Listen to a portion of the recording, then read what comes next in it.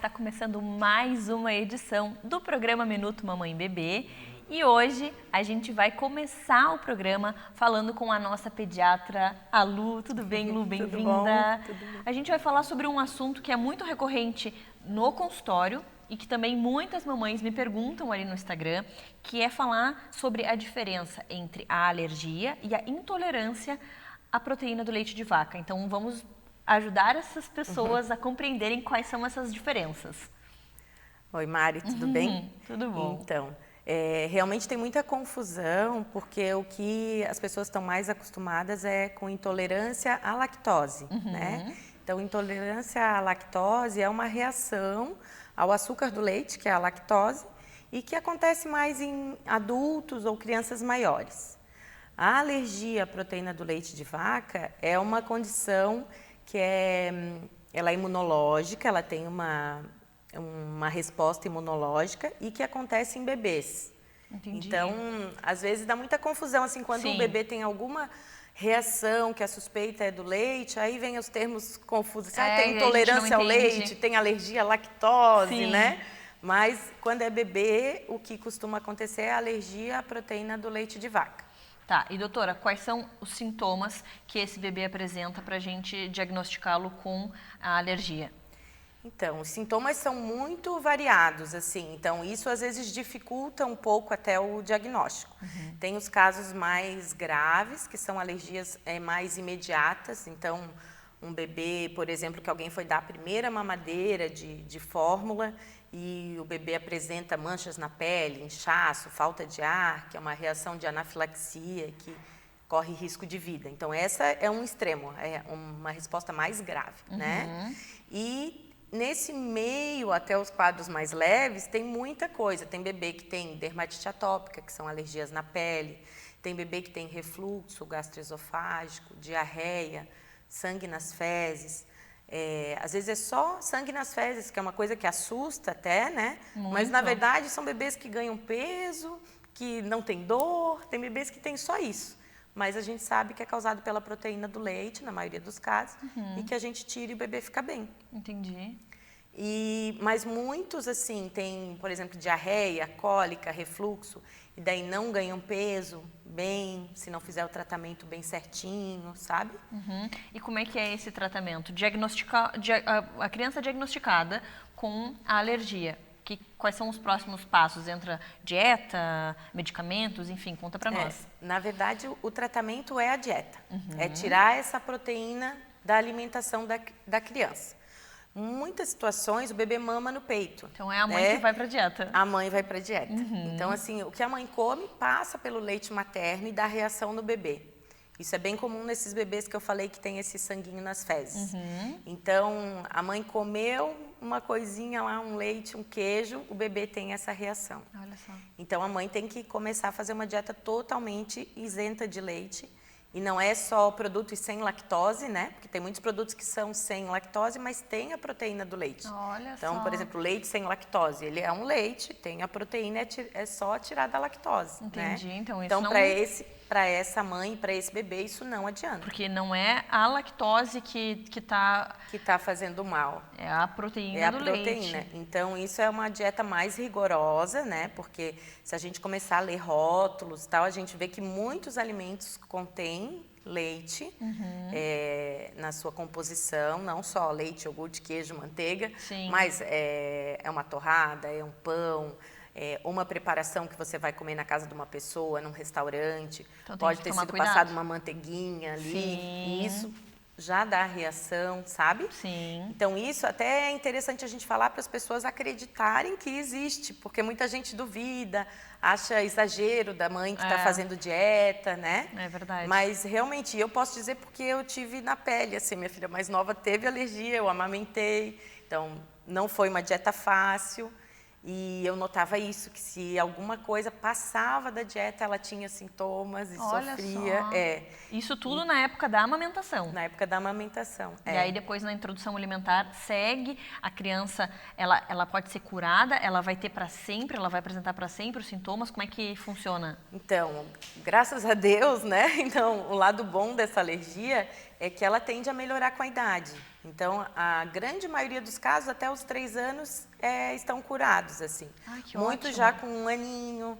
Então, a gente, depois de fechar o diagnóstico, a gente, de vez em quando, faz pequenos testes para ver se a criança já... Oferta produtos com leite. Isso, para ver se tolera, né? Então, a cada 6 meses, mais ou menos, a gente pode testar. Se é a mãe que está fazendo a dieta, o bebê não usa outra fórmula, a mãe começa a ingerir outros alimentos aos poucos para ver se o bebê vai ter reação ou se já está tolerando, se já está curado. E quando o bebê toma alguma fórmula, é feito o teste através da troca de fórmula. E muitas vezes, se são reações mais importantes, esse teste tem que ser feito no hospital, ou numa clínica, num consultório, com um acompanhamento médico. Não fazer sozinho em casa, que pode ter riscos, né? Porque as pessoas, elas gostam de procurar na internet e vão fazendo coisas que tá escrito ali na internet e assim, é tão perigoso porque envolve falta de ar, envolve sangue nas fezes, então realmente precisa de uma orientação profissional. Precisa, e assim, até para o diagnóstico, porque hoje como se fala muito nisso, então às vezes muitos sintomas que são normais do bebê, cólica, né? Às vezes fazer muita força para fazer cocô, que é coisa normal até os 3 aninhos, os 3 meses de idade, né? Sim. Então, muita gente atribui isso a uma possível alergia ao leite. Então, corta o leite. E já tem estudo mostrando que uma dieta desnecessária para a criança, então, já peguei criança que ficou sem ter contato nenhum com leite por 2, 3 anos e não tinha alergia. Olha só. E já tem estudo mostrando que essa criança que fica muito tempo sem ter contato a um alimento e não era necessário, aumenta o risco de ter reação quando tu quer tentar voltar. Sim, porque ela ficou tanto tempo sem ingerir aquele alimento. E sem ter um problema, né? Além de ser, claro, tu tá privando a criança de um alimento e de um contato social, porque é algo que o leite todo mundo ingere, né? Com certeza, está presente, como você falou, em diversas receitas, até purezinho, se coloca um pouquinho de leitinho ou manteiga, enfim. Então, daí você acaba cortando um monte de alimentos da criança e nessa questão vai na casa da avó, não pode? Não, isso aqui não pode. Acaba tu sendo a chata sem ter o diagnóstico. Agora, quando você tem o diagnóstico, aí sim, seja a chata.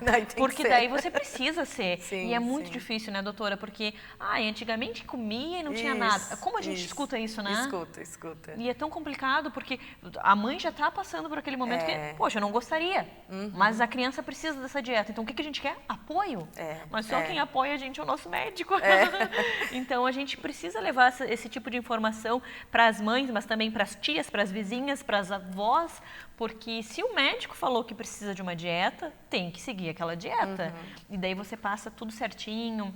Tem algumas receitas que dá para ir mudando. Isso, tem receitas especiais, assim, muitas vezes, quando são principalmente mais de um alimento, a gente precisa de um acompanhamento melhor, uma nutricionista para ajudar, né? E a gente tem sorte hoje que a gente tem uma lei que obriga, está escrito nos rótulos, se contém algum alimento que possa causar alergia, né? Porque há uns anos atrás não tinha. Pensa o perigo. Então, exato, eu passei por isso, a fase que eu amamentei minha filha não tinha essa lei. Nossa, com certeza foi tu lá atrás dessa lei para fazer. Não, assim, aí tu tinha que ler o rótulo, interpretar o rótulo, liga para o saque da empresa para saber se não foi nada de leite.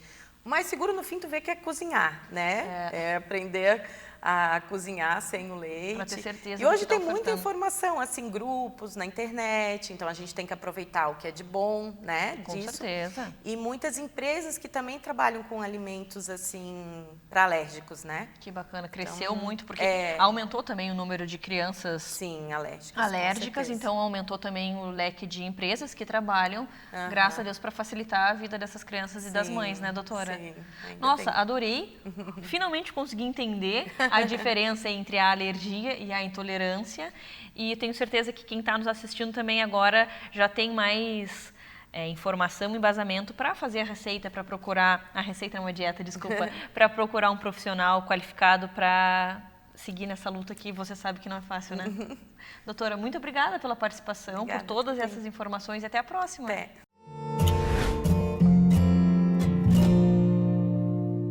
Você conhece a Dr. Kids? A Dr. Kids é um serviço inovador de atendimento pediátrico que atende seu bebê na segurança da sua casa, no conforto do seu lar de maneira rápida, humanizada e eficiente. Com apenas alguns cliques, você localiza e aciona o pediatra mais próximo de sua casa. Baixe já o aplicativo para iOS ou Android e chame seu Dr. Kids. Dr. Kids, cuidando do que você tem de mais precioso.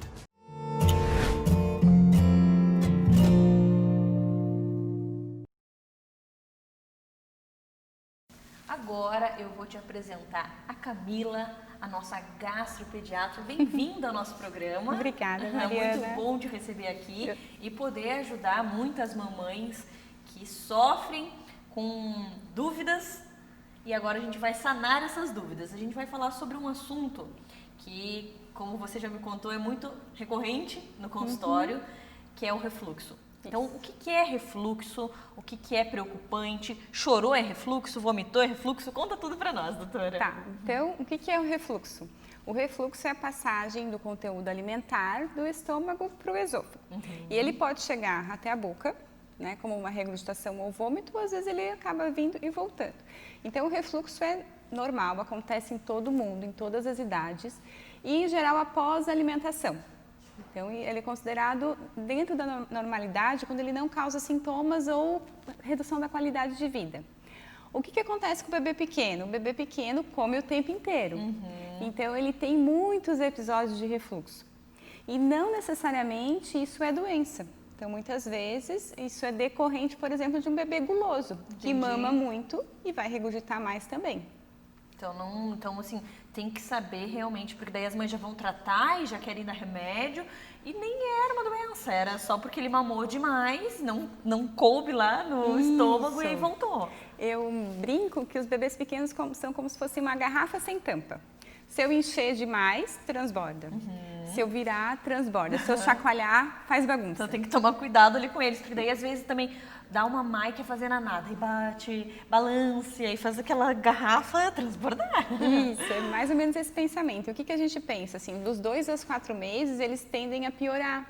Que também coincide quando eles começam a ter mais força para conseguir se levantar, né? Que eles começam a querer. Então, muitas vezes, esse movimento faz com que... ali. Isso. Ou muitas vezes, assim, aquele dia mais agitado, que teve mais visita, agora não mais, né? Mas antes, quando tinha mais visita, então esse bebê foi mais movimentado, mobilizado, ele pode ter tido mais episódios de refluxo. E não necessariamente isso é doença. Então, se o bebê ganha peso bem, se ele não é um bebê irritado, se o desenvolvimento dele está dentro do normal, eu vou pensar que muitas vezes ele é um vomitador feliz. Entendi. Então eu vou ter um bebê azedo, porque ele vomita o tempo inteiro. Mas ele está bem. Ele está bem. Então não precisa ser tratado. Não, na verdade, ele vomita o excesso, o que ele não precisa. Então, o pensamento é porque no comecinho da vida a gente também tem uma válvula entre o estômago e o esôfago e no bebezinho pequenininho ele é imaturo. Isso, então, até 1 ano de idade, essa válvula fica madura, como se fosse, né? Ela funciona de maneira adequada. Então, esse é o pensamento. No bebê pequenininho, a gente vai ter que diferenciar baseado nos sintomas, se eu tenho um vomitador feliz ou se eu estou tratando da doença do refluxo gastroesofágico. Entendi. E quais são os sinais, assim, Então, para a gente diagnosticar com refluxo mesmo? Sim. E outra pergunta já, linkando com tudo que a gente está falando no programa, o refluxo é um sintoma da alergia à proteína do leite também? Sim. Então, no bebê pequeno, sintomas do refluxo do bebê pequeno, ele pode se manifestar com irritabilidade, com baixo ganho de peso, com otites de repetição, né? Então, mas só a irritabilidade sozinha, muitas vezes eu não posso agregar a ela a doença do refluxo. Tanto que quando eu tenho um bebê que é apenas irritado e não ganha peso, eu tenho que pensar primeiro em alergia alimentar. Então, antes de usar a medicação para a doença do refluxo, eu penso em alergia alimentar e reviso de que maneira eu vou tratar esse bebê e a mãe, muitas vezes, né? Sim, porque ela está amamentando e tudo que a mãe consome, ela está passando para o bebê. Então, é esse o pensamento. Então, a gente vai ter que diferenciar se esse bebê tem uma suspeita, na verdade, não de doença do refluxo, mas sim de alergia alimentar com esses sintomas inespecíficos. E é muito difícil mesmo, porque interfere com a cólica do bebê. Então, às vezes eu tenho um bebê choroso, mas esse bebê chora mais no final do dia, mais de 3 horas, aquele choro inconsolável. E é muito difícil mesmo, nesse período, definir o que é doença, o que é um bebê normal. A mãe tem que ir anotando todos os sintomas para ir depois eliminando. Porque assim, é muita informação para a mãe ali com o bebezinho, então às vezes está chorando por algum motivo e aí já mistura tudo, então por isso que é bom realmente a mãe procurar um profissional qualificado para ajudar nesse diagnóstico. Sim, na verdade, se a gente pensar, se o bebê está sendo bem visto pelo pediatra geral, na puericultura, avaliando o peso todo mês, avaliando o crescimento, como ele está seguindo, muitas vezes o pediatra consegue conduzir, né? Então, de que maneira a gente vai cuidar desse bebê. E só retomando, então, quais são os outros sintomas de refluxo? Na criança maior, eu tenho sintomas mais específicos, então, azia, náusea, dor abdominal, dor em queimação. E eu posso ter ainda sintomas atípicos do refluxo, que são tosse crônica, rouquidão, às vezes pigarro, então eructações. Então são sintomas atípicos que também nesses casos a gente precisa avaliar e muitas vezes nessas situações precisa de exame complementar. Eu preciso investigar mais o porquê que essa criança está tendo esses sintomas. Doutora, então para a gente finalizar, como é que é feito, então, após esse diagnóstico, como é que é feito o tratamento? Entra a parte medicamentosa, entra alguns rituais, enfim, como é que é feito? Então, muitas vezes a gente precisa reavaliar a alimentação, checar qual é a fórmula que está usando e tentar adaptar para uma melhor fórmula para a criança. Organizar a questão do volume, número de vezes que mama, também é uma maneira da gente tentar melhorar os sintomas, sempre pensando se essa criança tem doença do refluxo ou refluxo fisiológico. O refluxo fisiológico a gente tenta interferir ao mínimo possível. A gente tenta não encher essa mãe de rituais ou, por exemplo, a gente não orienta aqueles colchões, né, com uma elevação para dormir. Lembrando que a posição para dormir é a posição supina para evitar o risco de morte súbita. A gente ouve muito isso de, a criança tem refluxo, o travesseirinho para elevar, coloca no berço, coloca no carrinho, então não é o indicado. Na criança que está acordada, você pode deixar ela mais elevadinha, então não tem problema. Só que o que a gente fica preocupada é na hora de dormir, então na hora de dormir não, na hora de dormir é retinho, né? Aqueles cuidados do berço, com berço sem elevação, sem protetor, sem cobertor, sem nada, para não ter pelo perigo de morte súbita. Entendi. Então é realmente muito importante procurar um profissional, porque vai passar todas essas informações. Eu adorei.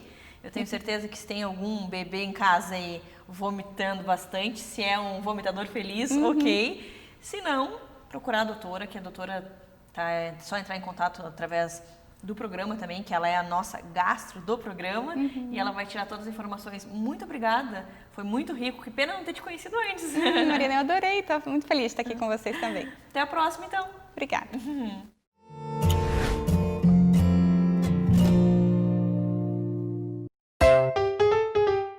Vamos falar um pouquinho hoje sobre alergia à proteína do leite de vaca.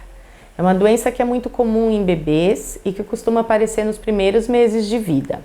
Pode aparecer em bebês amamentados exclusivamente ao seio ou não, e é mais comum em famílias que já têm algum histórico de alergia. Os sinais e sintomas são muito variados e vão desde reações imediatas e graves, como reações, sintomas que podem aparecer ao longo de dias, como refluxo gastroesofágico, diarreia, presença de sangue nas fezes, emagrecimento ou pouco ganho de peso, lesões de pele como a dermatite. Então o diagnóstico nem sempre é fácil, mas a boa notícia é que é uma doença que tende a ser transitória e a grande maioria dos casos está curada por volta dos 3 anos de idade.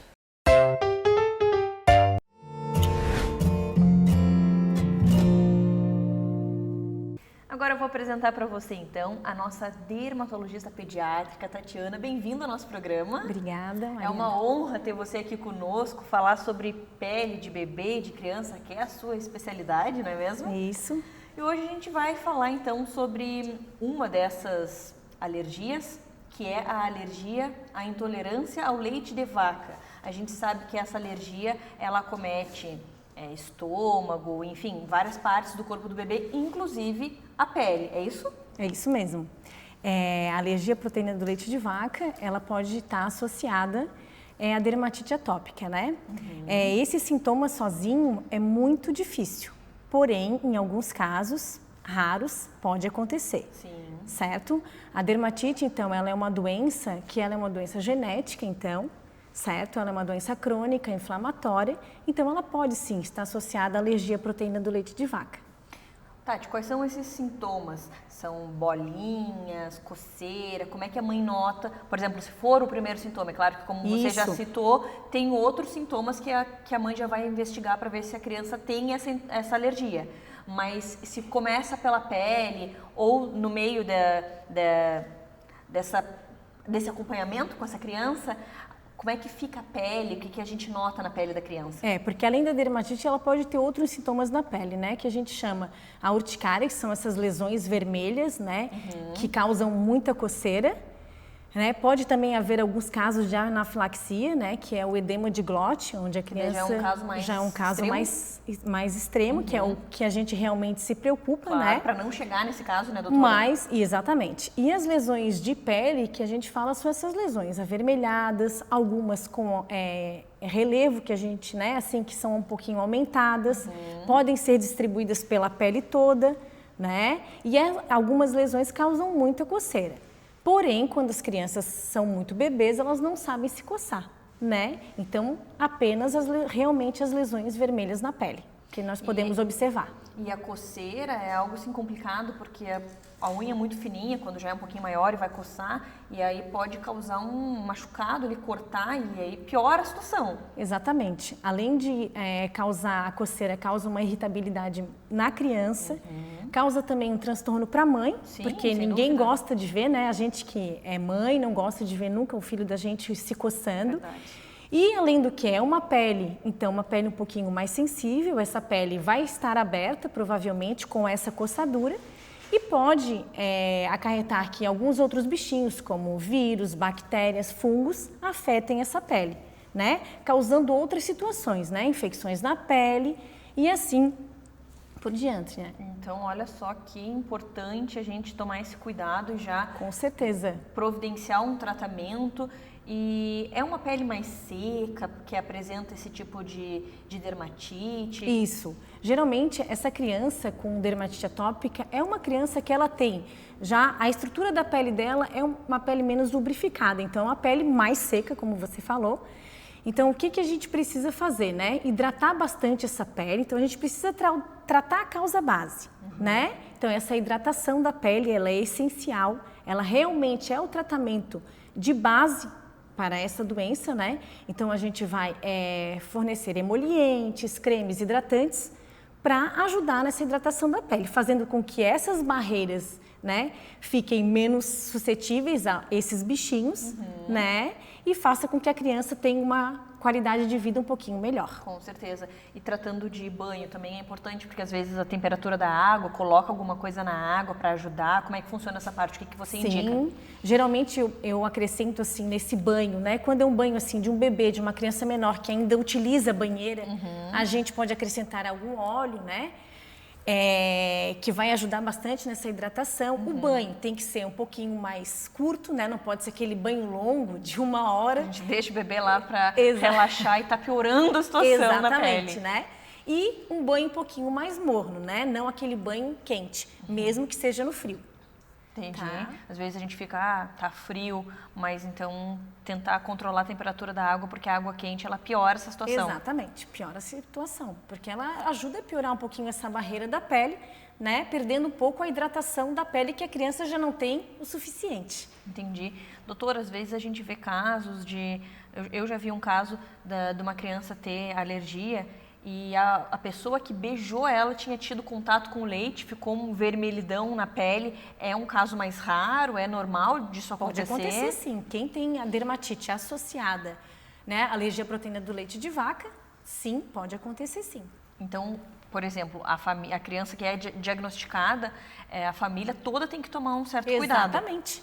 Né? Tanto que, como já foi falado anteriormente, os cuidados, né? Além da alimentação, os cuidados que as pessoas têm que ter em contato quando entram em contato com essa criança que já tem essa alergia à proteína do leite de vaca, com certeza. E isso é tudo genético? A mãe ou o pai já apresenta alguma patologia, alguma dessas ites? Geralmente está associada já, exatamente, com alguma ite da vida. Né? Cerca de 40% das crianças, os pais, né, Tem, sim, rinite, bronquite, asma, alguma ite da vida, né? Dermatite. Aí a criança herda uma dessas ites. Faz parte, né? Faz parte. A gente não gostaria, mas a gente não consegue comandar lá no nosso corpo na hora, né? Então, né? Não tem como a gente não puxar um pouquinho dos pais da gente, né? E aí o que a gente pode fazer depois por eles é cuidar, tratar, buscar um profissional qualificado para exatamente. Oferecer qualidade de vida. E quanto mais cedo a gente procurar, né, esse profissional para orientar, para auxiliar,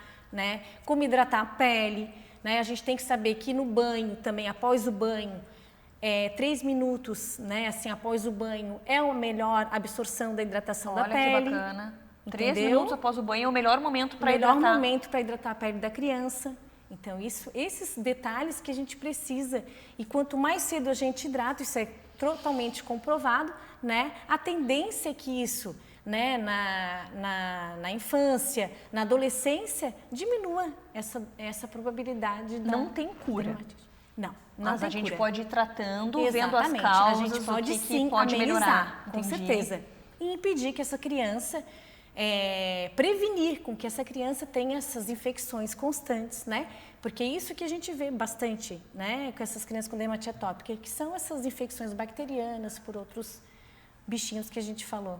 Nossa, doutora, que bacana. Adorei a tua participação. Tenho certeza que você em casa também ficou cheia de informação.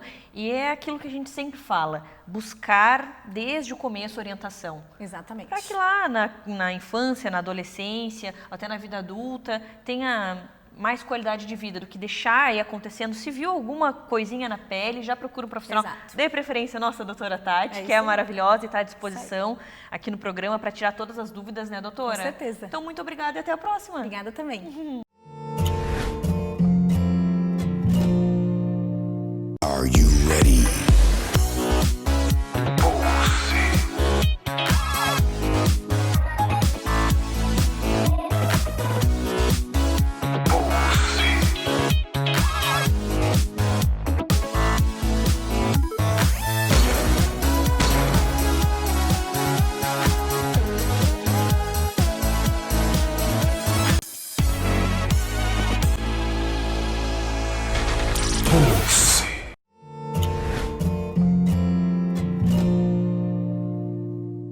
Vamos falar então agora sobre a alimentação das crianças com a nossa nutricionista materno-infantil Carol Bandeira. Bem-vinda, Carol. Obrigada, mais uma vez aqui. É verdade.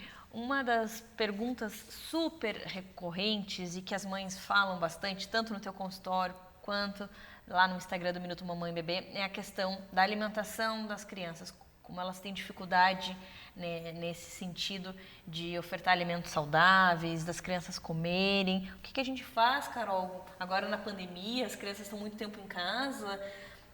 Eu te trouxe aqui para tu dar essa dica fundamental que eu acho que vai mudar a vida dessas mães e também oferecer alimentos para essas crianças que daqui a um pouco podem até adoecer por não estarem se alimentando, né, Carol? Na verdade, assim, né, uma das coisas que está acontecendo muito é a falta de rotina.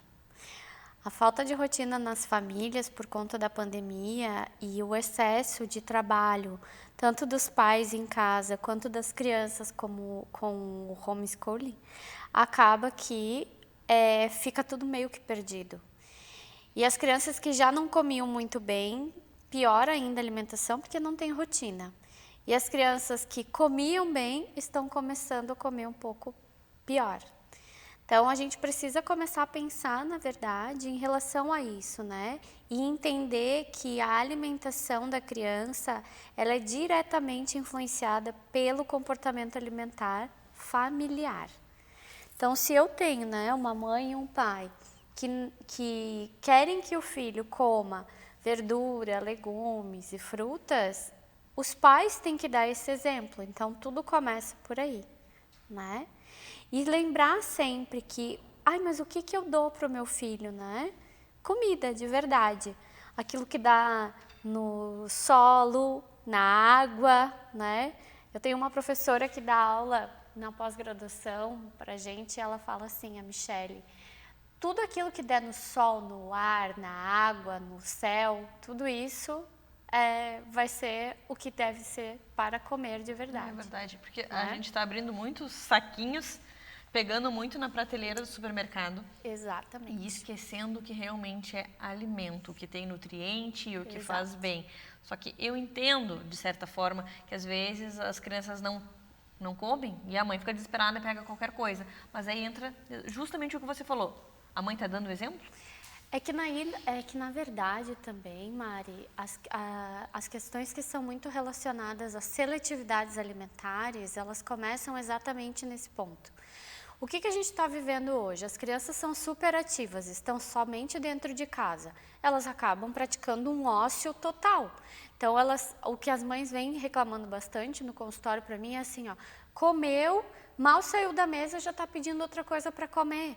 A criança está ansiosa, né? E ela não sabe como lidar com essa ansiedade, esse ócio todo que ela está vivendo. Então, se a gente tiver uma rotina, organizar todas as coisas melhores, né?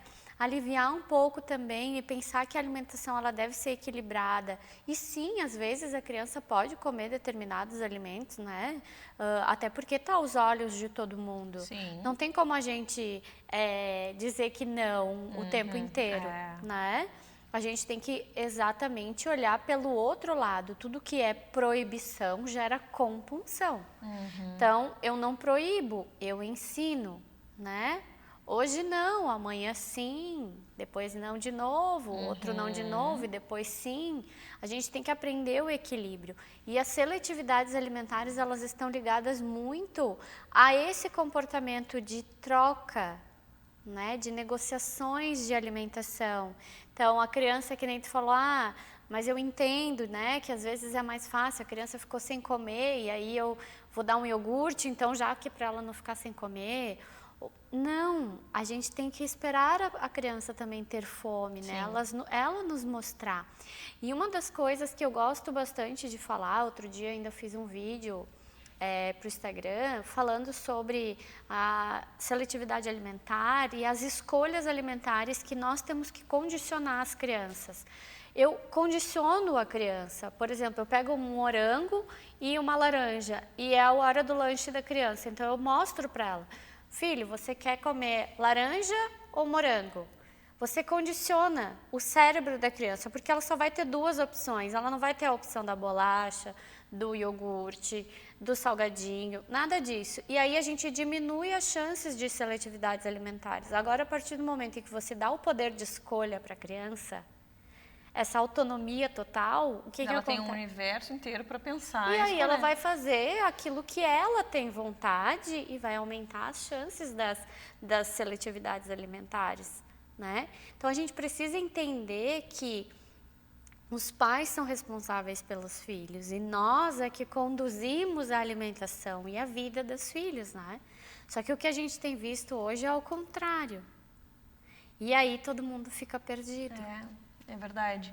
A gente está vendo pais trabalhando muito. Muito. Porque está tendo uma tarefa, assim, Exatamente. em casa, está sendo muito mais trabalhoso, né?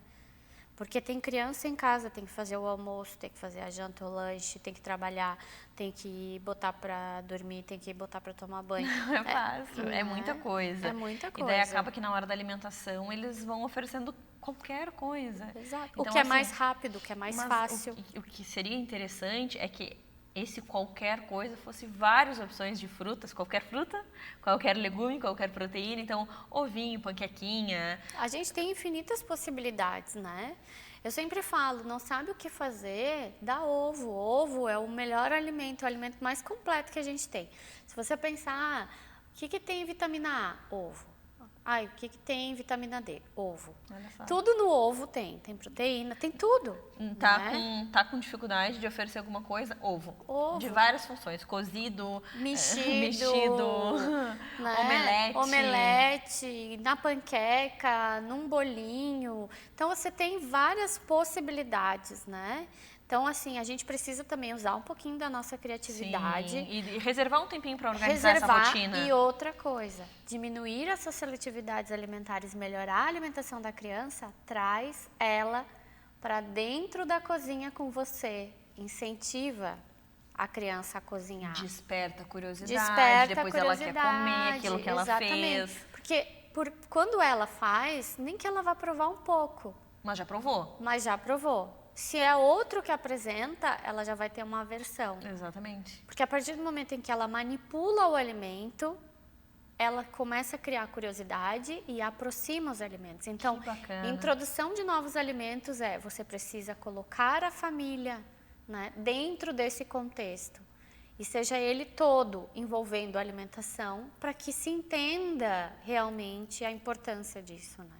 Que bacana, Carol. Adorei.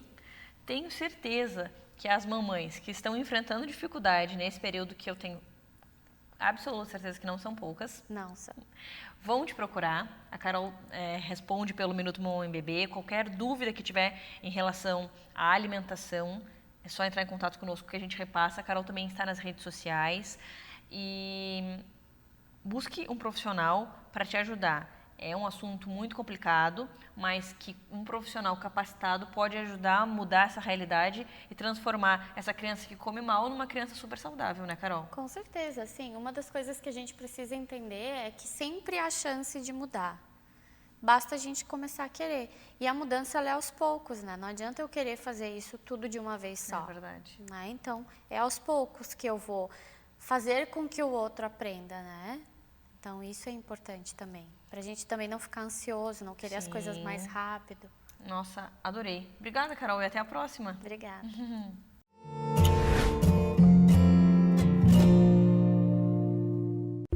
Quando uma mulher procura um consultório médico, o que ela mais deseja?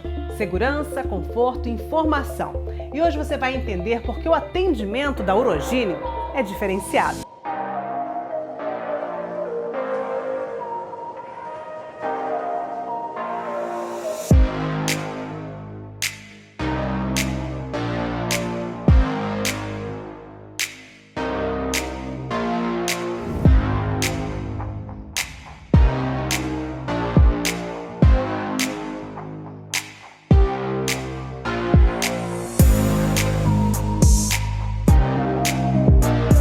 Nosso atendimento inclui todas as fases da vida da mulher, desde a primeira consulta ginecológica na adolescência, as consultas ginecológicas de rotina anual, para as gravidinhas do pré-natal, as mulheres climatéricas e a menopausa, incluindo as queixas urinárias, diminuição da libido, tudo isso numa estrutura moderna e aconchegante.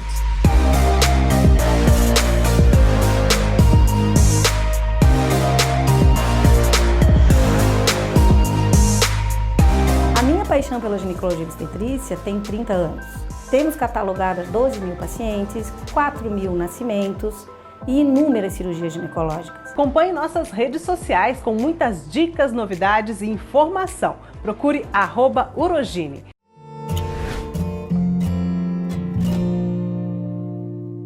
Agora nós vamos falar um pouquinho sobre as mamães. Sol, a gente falou muito sobre as crianças, sobre alergia, refluxo, e tudo isso gera um estresse muito grande na vida da mamãe. Então hoje a gente vai falar sobre queda capilar. O estresse e a queda capilar, eles estão associados? Bem-vinda, Sol! Mário, obrigada pelo convite, né, mais uma vez. E sim, a gente está vivendo uma fase agora de pandemia e até está em alta todo mundo falando da queda de cabelo. Que o estresse, essa ansiedade faz fator de piorar? Faz, é um fator. Mas as nossas mamães, elas têm o fator da gestação. Então, elas têm aquela parte assim, não adianta elas tentarem não ter queda, porque durante a gravidez é natural que a gente aumente o nosso número de cabelo, a tal ponto que as gestantes sempre referem que elas estão cabeludas. É verdade. Todos dizem, meus cabelos estavam maravilhosos na gestação. E depois, pum! E depois cai. Mas por que cai? É o hormônio. Entendi. Todas aquelas alterações hormonais da gravidez, quando o neném nasce, vai embora a placenta. Vai embora a placenta, o hormônio tem que ser outro. E, na verdade, a gente sabe que, assim, fez alteração hormonal, tu vai ter uma queda capilar. Só que não acontece no outro dia, porque isso é uma coisa que a gente pensa assim, foi na semana anterior. Não, é 2, 3 meses depois. Ou seja, eu tô lá com meu bebezinho, 2, 3 meses, passando por toda essa bagunça aí que vocês comentaram, e meus cabelos ainda estão caindo. Sim, não é do estresse propriamente dito, porque esse daqui é mais 2, 3 meses. Então a gente vai perder cabelo o tempo inteiro. O tempo inteiro. E é o que a gente vê muitas mulheres no pós-parto, elas reclamando e dizendo assim, mas doutor, eu vejo meu cabelo caindo, o que eu posso fazer? É esperado, é normal, está relacionado, infelizmente, Sono, se estiver amamentando ou tiver um bebezinho com algum outro problema maior de saúde, não está dormindo, mesmo quando elas conseguem dormir, não é um sono reparador, e tudo isso influencia. Sim. E o que elas devem fazer? O que a gente já pede antes, que as obstetras pedem para as mamães: alimentação saudável, 0 álcool, uma atividade física, Vitaminas. e as vitaminas que elas têm que fazer. E quando elas estão no pós-parto, elas também têm que fazer vitaminas. Só que assim, é engraçado, porque quando a gente está grávida, a gente faz tudo certinho. Toma todas as vitaminas, é aquela responsabilidade com o bebê ali dentro. Não, eu vou fazer tudo certinho para o bebê nascer maravilhosamente. Depois o bebê nasce, a gente esquece da gente. Ele fica careca, reclamando de tudo, mal se olha no espelho. Também entra depois a questão da autoestima, baixa imunidade, aí vem um monte de coisa junto. Então, assim, a gente tem que saber que a gente precisa se cuidar, que tem que manter uma alimentação saudável, que tem que tomar as vitaminas certinho. Hoje tem até um movimento, né, que o pessoal diz: não esqueçam das mamães depois do parto. E na verdade é isso, na verdade você fez todo aquele cuidado antes para o bebê nascer saudável. Mas mesmo que eu não esteja amamentando, mesmo que eu não esteja produzindo o alimento daquele bebê, eu sou o responsável por um ser que sozinho não faz nada. Verdade. Então a gente tem que se cuidar. A autoestima tá junto, a gente sabe que é difícil, a gente não vai conseguir, às vezes, ter todo aquele traquejo para se arrumar como era antes. Tem algumas mulheres que conseguem, que eu digo que elas têm que fazer publicações de como conseguem, porque realmente é impressionante. Fazem 1001 tarefas, ainda conseguem ter eu acho que a vontade de se arrumar e de se cuidar. Isso, né? A maior é a vontade. Porque a gente com tanta coisa para fazer, casa e o bebê, enfim, parece que vai embora essa vontade. E é isso que eu não quero que aconteça com as mães que nos assistem, que estão aqui vendo todos esses profissionais, não perder essa vontade de se amar, de se cuidar, de cuidar do cabelo, não querer ficar careca, porque a gente sabe, como tu citou, que eles vão cair. Mas a gente depois consegue reverter um pouquinho. O que tem que entender, sim, um pouquinho ele vai cair, sim. Pensa que tudo aquilo que tu ganhou de cabeleira, que não era teu, ele vai continuar não sendo teu, ele vai cair. E agora nós temos que trabalhar em cima do que já era teu, para manter e manter com qualidade. Entendi. E por isso que, assim, hoje a gente lembra, né? A gente tem a consulta no pós-parto com as obstetras. Eu tenho várias pacientes minhas que engravidaram e eu falo para elas: 2 a 3 meses é uma época boa de vir aqui. Porque o bebezinho já está mais acostumado. Se elas não quiserem levar junto no consultório, elas já estão mais ambientadas em deixar com alguém. Verdade. E daí eu brinco assim: e já aproveita e faz o teu momento.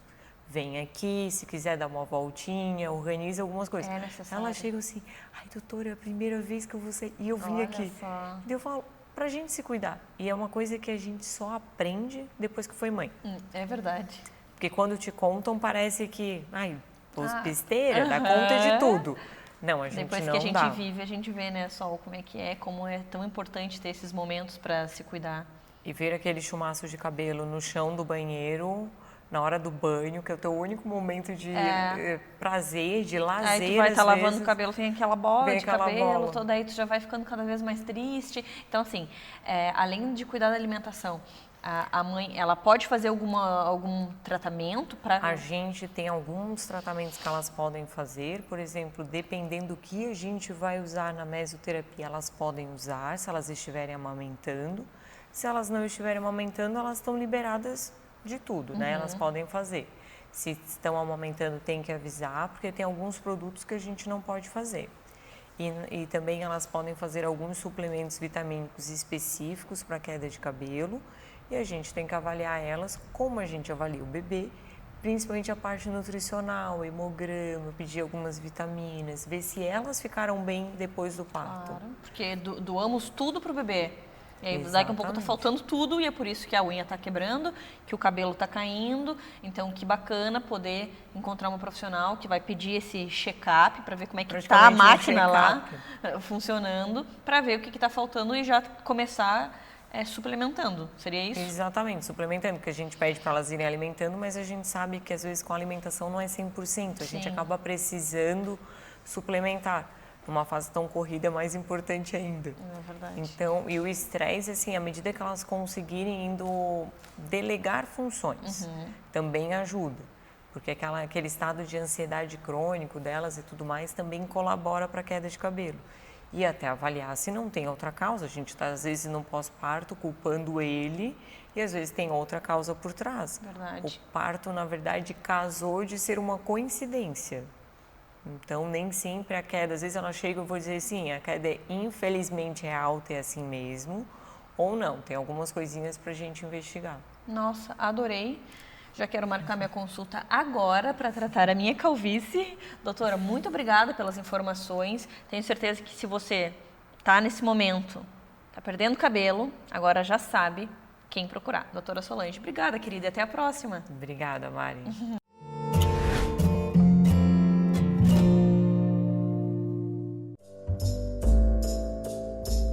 A loja Divino Bebê tem fabricação própria. São mais de 10 anos de experiência no mercado de enxoval para bebês.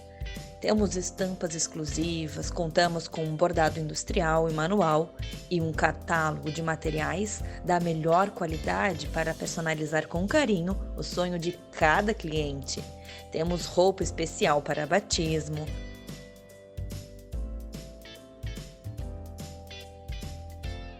vestuário,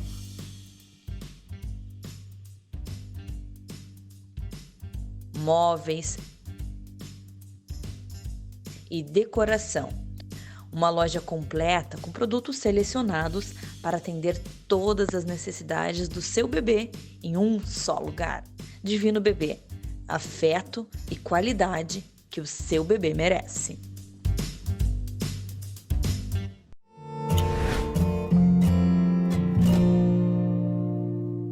Agora a gente vai falar de coisa boa, essa energia maravilhosa com brinquedos, com a Vicky, com a Carol. Bem-vindas, meninas. Elas trouxeram muitos itens que tem na Baby Boom para alugar, mas alguns, porque elas já me falaram que tem muito mais. Imagina, que um dia vão ficar aqui lotados de brinquedo, mas fica muito bonito, fica muito legal. E hoje a gente vai falar especificamente de alguns desses produtos, né? Vamos começar aqui por esse espelhinho. Conta para nós, Vicky, para que ele serve, onde é que ele pode ser utilizado, esse espelhinho bem bonitinho. Então, Mari, esse espelho, ele tem várias funções. Ele tanto pode servir para o bebê aprender a ver o seu reflexo, imitar alguns gestos. Então, ele pode servir para coordenação motora, para brincar. Ele tem luzes e sons, mas a principal finalidade dele é para colocar no carro. Então, para ver o bebê, como é que ele está posicionado na cadeirinha, no bebê conforto, enquanto o carro está em movimento. Às vezes a mãe ou o pai dirigindo sozinhos não tem como dar uma olhadinha no bebê, então o espelho é bem seguro. Dá para ver pelo retrovisor do próprio carro o reflexo do bebê nesse espelho. Ele também é controlado por controle remoto. Olha que bacana. Então, às vezes o bebê mudou de posição, ou o carro passou numa lombada, alguma coisa, o espelho se mexeu. Tem o controle remoto, isso, que dá para ajustar o ângulo. Então, ele é bem seguro, bem funcional, bem prático. E as mamães têm gostado bastante para essa fase dos bebês bem pequenininhos ali na hora de passear de carro. Sim, porque eu já conhecia esse tipo de espelho para colocar no carro, mas ele não tinha nenhuma funcionalidade além de ficar ali no carro. Então agora a gente tem essa opção de cuidar o bebê no carro e também depois ele pode brincar, tem toda a interação. 3, 4 em 1, né? Sim, bacana. Sim, ele é bem funcional. Que bacana, Carol. E essa é a solução para os cheiros ruim dentro de casa das fraldas do bebê. Acabou o odor com a fralda, é isso? Acabou o odor. Esse aqui é uma lixeira, a gente chama de lixo mágico, porque ela é uma lixeira para fraldas e que ela não deixa cheiro. Então ela funciona assim. A gente mexe essa alça, coloca a fralda nesse buraquinho aqui. Aí quando a gente fecha, ela cai dentro do lixeiro, então a pessoa não tem nenhum tipo de contato com a fralda depois. Então é muito legal porque ela não deixa nenhum tipo de odor, ela não deixa nenhum odor desagradável. E a gente sabe que as fraldinhas dos bebês contêm um cheirinho assim, ó, bem desagradável. Então com essa lixeirinha, coloca ali, quantas fraldas mais ou menos dá para colocar nesse lixinho? Mari, esse modelo, ela dá umas 30 fraldas. Depois já tem que ir fazendo a troca. Depois tem que trocar. Outra vantagem dele é que esse modelo específico funciona com sacos de lixo comuns.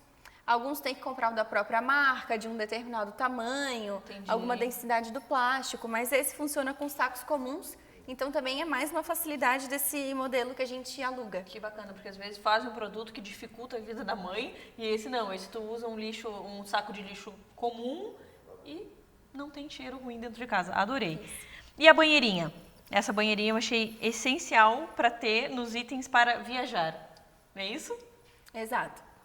Essa banheira é uma banheira dobrável, ela vem com suporte aqui para banho, para as criancinhas menores. E o que é mais legal nela é que ela ela pode ser levada para qualquer lugar, para uma viagem, ou alguém que vem passar férias aqui e não quer trazer a sua, né? Então, ela pode ser fechada. Fica bem pequenininha. Isso, bem segura, bem resistente, bem prática também. Porque assim, banheira é algo tão importante pra gente que tem bebê. Tem mães que conseguem entrar, dar banho com o bebê. Eu nunca consegui, porque o corpo fica com sabão e eu acho perigoso. Então eu não abro mão de banheira. E olha só, quando eu vou pro Rio Grande do Sul, a minha mãe tem que sair, que nem uma doida, procurar minhas amigas lá para ver se tem banheira. Uma vez a gente cogitou a hipótese de comprar. Hoje a Martina já não usa banheira, entende? Então a gente teria gasto com 2 banheiras, enquanto a gente pode entrar em contato com a Baby Boom, pegar uma banheira que cabe no carro, que não ocupa muito espaço e que é maravilhosa para dar o banho pro bebezinho pequenininho, tem ali o suporte. Achei sensacional. Segura e prática. Segura e prática, que é o que a gente precisa, né? É tão corrido tudo na maternidade, então a gente ter praticidade, assim, ó, com certeza eu acho que é o que vocês mais escutam quando entram em contato, eu preciso de praticidade. E outro item que se enquadra nisso que a gente falou de praticidade é esse bercinho. Conta para nós, Vicky, um pouquinho sobre esse bercinho. Então, Mari, esse bercinho, ele é um Moisés que também é portátil, ele se dobra e fica na forma de uma bolsinha, de uma mochilinha. Também é leve, também é fácil. Tem 2 formas de dobrar, não precisa de manual de instruções. Sim, é prático e fácil. Fácil. Até os papais mais complicados não vão precisar de manual. Então é só desdobrar, colocar a telinha ali de proteção e ele já está pronto para usar. Ele tem o pé reto para ficar fixo e também tem o pé para balanço. Então, para ajudar a ninar o bebê, começar aquele início do soninho, vai embalando. Legal, adorei esse bercinho.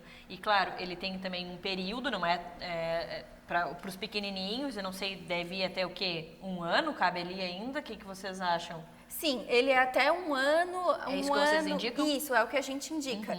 Porque depois de 1 ano também o bebê já começa a querer explorar. Aí já começa a ficar perigoso, né? Isso, a tentar se levantar do berço. E como ele é leve, ele é para ser usado num soninho ou talvez numa viagem, um período realmente mais curto, não é um berço propriamente dito. Então, até 1 ano ele tem bastante segurança. Depois o bebê já tem muita energia, começa a tentar sair. Sim. E como o bercinho é leve, por ser portátil, ele realmente é para ter essa idade menorzinho. Entendi. Carol, olha só, e se a gente tivesse comprado, investido, tem um período já meio que estipulado, porque depois já não... Daí tu fica lá com aquele item dentro de casa, o bebê não usa mais, aí tu tem que doar, tem que vender... não tem onde guardar, fica esperando o próximo. Então, assim, como é importante essa questão do aluguel de brinquedos e de itens, assim, que auxiliam na maternidade, né? É verdade, é justamente essa a nossa ideia do aluguel, né? Ao invés da pessoa adquirir um produto que muitas vezes pode usar uma vez só, ou às vezes pode nem usar, a pessoa aluga só pelo tempo que ela vai precisar do brinquedo ou do produto utilitário e depois devolve e aí não acumula bagunça em casa, gasta também uma fração do que gastaria se fosse comprar numa loja convencional. Então a ideia é o consumo consciente, sustentável e também a economia. Nossa, que bacana. Vamos falar um pouquinho sobre esses brinquedos. Esse daqui eu tô apaixonada, tô pensando em alugar para levar para Martina. O que é isso? É um patinete? É Conta para nós. Mari, esse brinquedo é o nosso sucesso de aluguel. Não tem mãe ou criança que passou por ele, que não adorou e quis uma outra vez. Ele é um brinquedo 3 em 1. Ele pode ser tanto usado assim sentadinho com essa peça e a criança vai com os pés se movendo. Essa peça pode ser retirada e virar um patinete. Ou então ela pode ser colocada ao inverso e virar um baúzinho. Então a criança empurra o brinquedo, guarda outros brinquedinhos ali, leva as bonequinhas para passear. Então ele também, a gente gosta de investir bastante nesses produtos que têm uma usabilidade bem ampla, que não tem só uma forma de brincar, não tem só uma função. Então, também no período de aluguel, a criança e a família conseguem explorar várias vertentes que esses produtos têm. Bacana. Então, torna o período assim de bastante aprendizado, de bastante brincadeira, explorando tudo que o produto tem a oferecer. Carol, e para que idade que vocês indicam esse brinquedo? Esse brinquedo é de 1 a 4 anos, na faixa etária de 1 a 4 anos. Aí a criança pode brincar das 3 maneiras, ou empurrando, ou sentadinha, ou em pezinha, usando como se fosse um patinete. Lembrando que ele é um triciclo, então ele é bem estável e bem seguro para as crianças brincarem. Nossa, que bacana. Meninas, adorei. Eu amo os brinquedos, agora eu vou escolher aqui os que eu vou levar para Martina, mas muito bacana mesmo, assim, essa possibilidade do berço, da lixeira, e assim, não ter um investimento gigantesco com a compra, porque a gente sabe que tem fralda mesmo. Tu não vai usar, a criança não usa fralda para sempre. Então, sim, realmente é um período. Então, assim, ó, sensacional. Eu amo a Baby Boom. Tenho certeza que quem está nos assistindo também gosta dessa possibilidade, né? Porque realmente é consciência. Exato. Não tem desperdício e oferece diversos brinquedos, tem um universo de possibilidades. Adorei. Obrigada, agora fico ansiosa para ver os próximos no mês que vem que vocês vão trazer. Mês que vem a gente traz mais novidades. Ah, que legal. Então, obrigada, meninas, e até a próxima. Obrigada. Obrigada.